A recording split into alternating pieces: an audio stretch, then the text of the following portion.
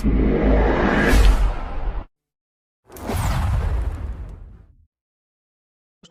आज की वीडियो में हम जानेंगे कि पैरामेडिकल टेक्नीशियन ऑनलाइन प्रवेश हेतु आपको 9 फरवरी से 26 फरवरी तक आपको ऑनलाइन आवेदन मंगाए गए थे। ठीक है, जिसका प्रावीण्य सूची आपके 12वीं के प्राप्तांक के आधार पर तैयार होगा। इसी के बारे में चर्चा करेंगे दोस्तों। 9 फरवरी से 26 फरवरी के बीच जितने भी आवेदकों ने ऑनलाइन फॉर्म अप्लाई किए हैं, उनका सूची तैयार हुआ है। जैसे पहले पॉइंट में आपसे कहा गया है कि यह सूची आवेदकों के द्वारा भरे गए प्राप्तांकों के आधार पर निर्मित है। ठीक है, यदि आपके द्वारा भरे गए प्राप्तांकों में कोई मिस्टेक है, हेरफेर हो गया है और आपने एडिट का ऑप्शन मिला था उसमें सुधार नहीं किया है, उसके बावजूद भी आप अपना कार्यालय ओरिजिनल डॉक्यूमेंट ले जाकर कार्यालय में दिखाएंगे तो आपका सुधर जाएगा और उसका जो मेरिट सूची आपको पुनः तैयार होगा। जैसा कि आप देख सकते हैं कि अंक सूची में प्राप्तांकों के अंतर पाए जाने पर प्रावीण्य सूची परिवर्तनीय है। ठीक है, उसके बाद दूसरे पॉइंट में आपसे कहा गया है, यदि आवेदक वांछित योग्यता नहीं रखता, अर्थात 12th में पीसीबी अर्थात फिजिक्स केमिस्ट्री बायोलॉजी विषय से उत्तीर्ण नहीं है, तो वह अपात्र हो जाएगा, या वांछित योग्यता में वांछित प्रमाण पत्र के अभाव में भी वह अपात्र हो सकता है। उसके बाद तीसरे पॉइंट में आपसे कहा गया है कि आवंटन सूची एवं अन्य आगामी प्रक्रिया हेतु आप प्रतिदिन वेबसाइट www.cgtme.in पर आप अवलोकन कर सकते हैं, या फिर आप हमारे YouTube चैनल दी सत्य को सब्सक्राइब कर लें, क्योंकि इसके आने वाले नोटिफिकेशन का वीडियो आपको सबसे पहले दिया जाएगा। उसके बाद दोस्तों, सीट के डिस्ट्रीब्यूशन की बात करें तो आपका जो पैथोलॉजी में सीट है वह 140 सीट है। इसी प्रकार एक्सरे में भी आपका 140 सीट है। कुल मिलाकर आपका 280 सीट है दोस्तों। इस सीट का डिस्ट्रीब्यूशन किस प्रकार से है आप देख सकते हैं। जैसा कि आप देख सकते हैं कि जो जनरल कैटेगरी में है उसको 61 सीट्स रिजर्व रहेगा। ठीक है, वहीं जो एसटी है उनका 30% और स्पेशल एसटी है उसका 2% रिजर्व रहेगा। सीट की बात करें तो एसटी में 30% में 42 सीट रिजर्व रहेगा, स्पेशल एसटी में 2% आपका रिजर्व है। ठीक है, वहीं एससी में आपका 12% आरक्षित रहेगा, कुल मिलाकर उसको 16 सीट मिलेगा। ठीक है, ओबीसी में आपका 14% आरक्षित रहेगा, कुल मिलाकर उसको 19 सीट मिलेगा। इस प्रकार से आपका ग्रैंड टोटल 140 सीट कंप्लीट हो जाता है। ठीक इसी प्रकार आपका एक्सरे में भी होगा। इस प्रकार से आप देख सकते हैं कि पैथोलॉजी में जिस प्रकार से सीट का डिस्ट्रीब्यूशन किया है, ठीक उसी प्रकार आपका डिस्ट्रीब्यूशन एक्सरे में भी किया गया है इस प्रकार से दोस्तों। उसके बाद आप देख सकते हैं कि पैरामेडिकल टेक्नीशियन कोर्स में आपका 2023 में general class and category wise merit list तैयार हुआ है। ठीक है, यहाँ पर आप कैंडिडेट का नाम देख सकते हैं, उसके फादर्स का नाम, ठीक है, यहाँ पर उसका जेंडर, ठीक है, उसके बाद यहाँ पर छत्तीसगढ़ का डोमिसाइल है कि नहीं है। यहाँ पर आपका नोटिस करने वाली बात यह है कि यहाँ पर आपका जनरल मेरिट लिस्ट तैयार हुआ है दोस्तों। तो कुल मिलाकर आपका 280 सीट है। ठीक है, 280 सीट में यहाँ पर आपका रैंक बना हुआ है जनरल 1 2 3 4 5 ऐसे करके। इसमें 280 सीट के अंदर में जितने का परसेंट है, जितने का रैंक लगा है, वो सेफ है दोस्तों इस सीट को प्राप्त करने के लिए। और 280 सीट के ऊपर वाले दोस्तों को वेट करना होगा, क्योंकि उनका सूची वेटिंग लिस्ट में उठेगा। यहाँ पर आपका डेट ऑफ बर्थ शो करेगा, टोटल आपको कितना ग्रैंड मार्क था और कितना आपने ऑब्टेन किया था, कितना आपका परसेंट बना है। ठीक है, यहाँ पर आपका कितना टोटल ऑब्टेन किया है 500 में आप वो शो कर रहा है। उसके बाद टोटल आपका बायोलॉजी का कितने का नंबर था और कितने आपने प्राप्त किए हैं ये शो करेगा। उसके बाद आपका ईमेल आईडी, मोबाइल नंबर।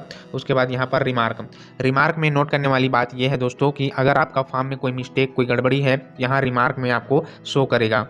जैसे कि हम किसी एक का दिखा देते हैं। इस प्रकार से आपका मेरिट लिस्ट तैयार हुआ है, इसको आपको देख लेना है, क्योंकि इसमें सभी का नाम आया है जितने लोगों ने 9 फरवरी से 26 फरवरी के बीच में ऑनलाइन आवेदन किया है, उन सभी का इसमें नाम शो करेगा दोस्तों।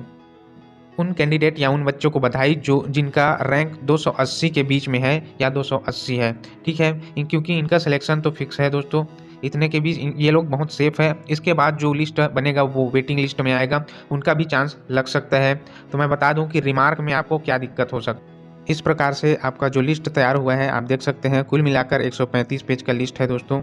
ठीक है, इस प्रकार का आपका मेरिट लिस्ट है, इसमें आपका नाम कहीं ना कहीं होगा, आप देख सकते हैं। ठीक है, रिमार्क की बात करें तो दोस्तों किसी का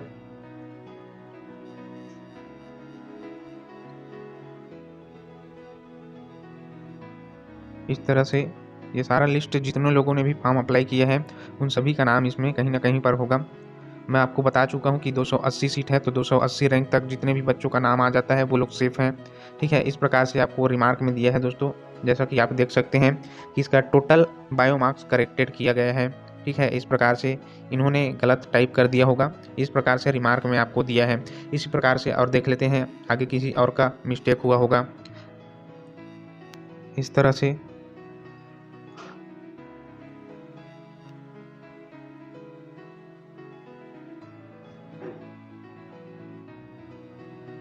इस प्रकार से आप इसका भी देख सकते हैं कि इस बच्चे का ईमेल आईडी नॉट रिसीव्ड, ऐसा कि देख सकते हैं आप ईमेल आईडी नॉट रिसीव्ड, या ईमेल आईडी इस फॉर्मेट में, जिस फॉर्मेट में इसने इंटर किया है वो फॉर्मेट गलत है, इस प्रकार से दिया है। तो इसको करेक्टेड कराना पड़ेगा आपको कार्यालय जाकर। ठीक है, डायरेक्टर ऑफ मेडिकल ऑफिस जाना होगा, वहाँ पर जाकर इसको करेक्ट कराना होगा, क्योंकि इसका जो रैंक है दोस्तों हम देख लेते हैं। रैंक तो बहुत दूर है, लेकिन चाहते हैं अगर वेटिंग लिस्ट में भी आना तो इसको करेक्ट कराना पड़ेगा जाकर। ठीक है, इसका नाम देख लेते हैं, जगरीति सिंह ऐसे करके कुछ नाम है। ठीक है, आगे हम और बता देते हैं कि किनके किनके लिस्ट में क्या दिक्कत हो सकता है। दोस्तों जैसा कि आप देख सकते हैं कि ये लिस्ट है ऑब्जेक्शन और इनकम्प्लीट जिनका फॉर्म है उनका, तो रिमार्क में उनको शो कर रहा होगा कि जिनके दिक्कत क्या है, इनका फॉर्म इनकम्प्लीट है दोस्तों। ठीक है, इन सब का फॉर्म जो है इनकम्प्लीट है, इस कारण से ये रिजेक्ट हो सकता है। अगर ये चाहते हैं काउंसलिंग में भाग लेना, ठीक है, तो इनका जो फॉर्म है इसको ऑफिस जाकर डायरेक्टर ऑफ मेडिकल एजुकेशन वहाँ पर जाकर इसको करेक्ट कराना होगा। ठीक है, कई लोगों का जो फॉर्म है इनकम्प्लीट है, इन सभी का फॉर्म इनकम्प्लीट है दोस्तों। इतने सारे नाम हैं, आप लोग अपना रेगुलर वेबसाइट में विजिट करके देख सकते हैं, उसका लिंक मैं अपने डिस्क्रिप्शन बॉक्स में दे दूँ। उसके बाद यहाँ भी आप देख सकते हैं कि इतने लोगों का फॉर्म इनकम्प्लीट है। ठीक है, ये लोग फीस पेमेंट तो किए हैं, या तो अपना फॉर्म फिलअप नहीं किए हैं, या फिर चॉइस फिलिंग नहीं किए हैं, कुछ ना कुछ मिस्टेक किए हैं, इसलिए इनका फॉर्म जो है इनकम्प्लीट बता रहा है। तो इनका फॉर्म जो है कंप्लीट ऑफिस जाके करा लेना है। और इसमें जो 4-5 लोग हैं उनका जो है ईमेल आईडी नॉट रिसीव्ड करके आ रहा है, तो जो ईमेल आईडी दर्ज किए हैं वो करेक्ट फॉर्मेट में नहीं है, इसलिए नॉट रिसीव करके आ रहा है। तो इनको भी करेक्ट कराना पड़ेगा, उसके बाद ही काउंसलिंग में भाग ले सकते हैं, अन्यथा ये काउंसलिंग से वंचित रह सकते हैं। तो दोस्तों मैं आपको बता दूं कि काउंसलिंग में किन किन को भाग लेना है।